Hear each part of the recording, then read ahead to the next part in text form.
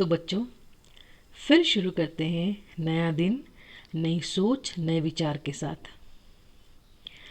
आपको पता है, कल मैंने एक छोटी सी स्टोरी सुनी, मुझे बहुत अच्छी लगी। आप सुनना चाहेंगे? चलिए जल्दी से मैं आपको एक छोटी सी स्टोरी सुनाती हूँ। दो भाई थे, ढोलू और मोलू। दोनों खूब लड़ते, पढ़ाई भी करते और खूब खेलते भी। एक दिन दोनों अपने घर के पीछे खेल रहे थे। वहाँ एक कमरे में बिल्ली के दो छोटे छोटे बच्चे थे। बिल्ली की माँ कहीं गई हुई थी। दोनों बच्चे अकेले थे। उन्हें भूख लगी हुई थी, इसलिए खूब रो रहे थे। ढोलू मोलू ने दोनों बिल्ली के बच्चों की आवाज़ सुनी और अपने दादाजी को बुला कर लाए। दादाजी ने देखा दोनों बिल्ली के बच्चे भूखे थे। दादाजी ने उन दोनों बिल्ली के बच्चों को खाना खिलाया और एक एक कटोरी दूध पिलाया। अब बिल्ली के बच्चों की भूख शांत हो गई। वह दोनों आपस में खेलने लगे। इसे देखकर ढोलू मोलू बोले, बिल्ली बच गई। दादाजी ने ढोलू मोलू को शाबाशी दी। तो हमें इस स्टोरी से क्या शिक्षा मिलती है? हमें हमेशा दूसरों की भलाई करने से खुशी मिलती है।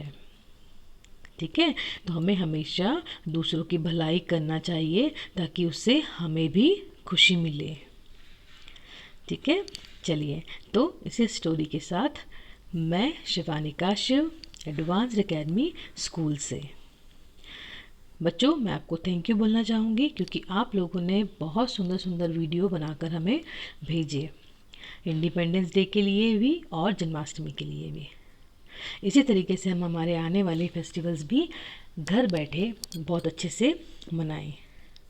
ठीक है, चलिए हम शुरू करते हैं कक्षा 4 पाठ 10 अपना गांव। आज हम इसके प्रश्न उत्तर समझते हैं। प्रश्न 1, निखिल के पिताजी शहर में क्या काम करते थे? तो हमने पाठ पढ़ा था, तो हमें पता है कि निखिल के पिताजी शहर में प्राध्यापक थे, मतलब टीचर थे, शिक्षक थे। ठीक है। प्रश्न 2, पिताजी ने खरीद भंडार के विषय में क्या बताया? उन्होंने क्या बताया कि किसान अपने खेतों में उपजे अनाज को बैलगाड़ियों या ट्रकों में लादकर, मतलब भरकर, सरकारी खरीद भंडार में बेचकर उचित कीमत पाते हैं। यहाँ से अनाज सरकारी गोदाम में पहुँचता है और वहाँ से उचित दर की दुकान, मतलब राशन की दुकान तक पहुँचता है। ठीक है, मतलब जो वो किसान होते हैं वो हमारे खेतों से, उनके खेतों से जो अनाज निकलता है उसे ट्रकों में या गाड़ियों में, बैलगाड़ियों में लाद कर भर कर ले जाते हैं और जो सरकारी खरीद भंडार, जिन्हें हम मंडियाँ कहते हैं, वहाँ पर बेचते हैं पहले और उचित कीमत पाते हैं। फिर उन मंडियों से या उन खरीद भंडार से सामान जो होता है वह सरकारी गोदाम में पहुँचता है और वहाँ से उचित दर की दुकान से, जहाँ से आप खरीदते हैं। ठीक है। प्रश्न 3, किसान क्यों व्यस्त थे? किसान अपने खेतों में बीज बो रहे थे, इसलिए व्यस्त थे, व्यस्त बिजी थे। ठीक है, समझ में आया? आगे बढ़ते हैं। प्रश्न 4, धान के पौधे किस प्रकार लगाए जाते हैं? ठीक है, धान के पौधे कैसे लगते हैं हम समझते हैं। धान के छोटे छोटे पौधे पहले खेत में क्यारियां बनाकर पास पास लगाए जाते हैं। जब ये थोड़े बड़े हो जाते हैं तब इन्हें पूरे खेत में लगा दिया जाता है। इन्हें लगाने का यही प्रोसेस होता है बेटा। ठीक है, जब इनको पहले छोटे छोटे पौधे, पहले इनको हम खेत में क्यारियाँ, छोटी छोटी सी जगह बनाकर पास पास लगाते हैं और जब ये थोड़े से बड़े होते हैं तब हमें पूरे खेत में इन्हें लगाना होता है। ठीक। नंबर 5, गोबर गैस संयंत्र लगाने से क्या लाभ हुआ? क्या लाभ हुआ हमें? सबसे पहली बात तो कि मक्खी मच्छरों से छुटकारा मिला। दूसरी बात, हमारा जो रसोई घर है, मतलब हमारा जो किचन है, जिसको हम आजकल किचन बोलते हैं, रसोई घर धुएं से मुक्त हो गया और हमें चूल्हा जलाने में भी अधिक मेहनत नहीं करनी पड़ती है ना। जो हम फूंक मारते हैं जब धुआं होता है, तो ये सब चीज़ों से हमें मुक्ति कैसे मिली? गोबर गैस संयंत्र लगवाने से। ठीक है, आगे बढ़ते हैं। इस पाठ के मूल्यपरक प्रश्न। गांव की उन्नति से ही देश की उन्नति है कैसे? अब इन प्रश्नों का उत्तर आप लोगों को अपने शब्दों में लिखने की कोशिश करनी है। मैं आपको समझा रही हूँ, उस हिसाब से आप इसका उत्तर लिख सकते हैं। गांव की उन्नति, तो बच्चों हमारा देश तभी आगे बढ़ेगा जब हमारे गांव सक्षम होंगे। हमारे गांव की उन्नति मतलब उनकी प्रगति से ही हमारे देश की उन्नति है। ये सही बात है।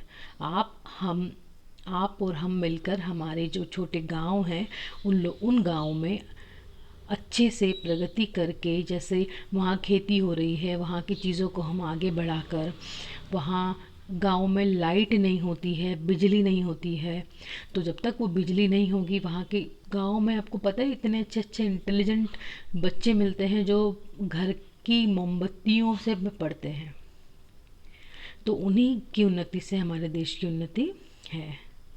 आप इसके अनुसार उत्तर लिख सकते हैं। अगर नहीं आएगा समझ में, फिर मैं आपको समझाऊंगी। किसान के जीवन से हमें क्या सीख लेनी चाहिए? प्रश्न 2 यह कहता है, इसका उत्तर हम ये लिख सकते हैं कि किसान के जीवन से हमें हमेशा कठिन परिश्रम करने की सीख लेनी चाहिए। इसके बाद इस पाठ में एक एक्टिविटी है, गतिविधि है। खेती में काम आने वाले किन्हीं 3 औजारों के चित्र चिपकाकर उनके नाम लिखिए। तो हमें पाठ में दिए गए हैं, नहीं तो आप कहीं पर सर्च करके, इंटरनेट पे, गूगल पे सर्च करके भी इसका बारे में लिख सकते हैं। खेती में काम आने वाले किन्हीं 3 औजारों के चित्र चिपकाकर उनके नाम लिखिए। तो आपको 3 चित्र निकालना है और उनके नाम लिखना है। ठीक है, मुझे उम्मीद है आप सब लोगों को ये पाठ समझ में आया होगा, और अगर नहीं भी आया है तो आप मुझे पूछ सकते हैं, मैं आपको इसकी डाउट्स क्लियर कर दूँगी। तब तक के लिए धन्यवाद। घर पर रहिए, स्वस्थ रहिए, खुश रहिए, सुरक्षित रहिए।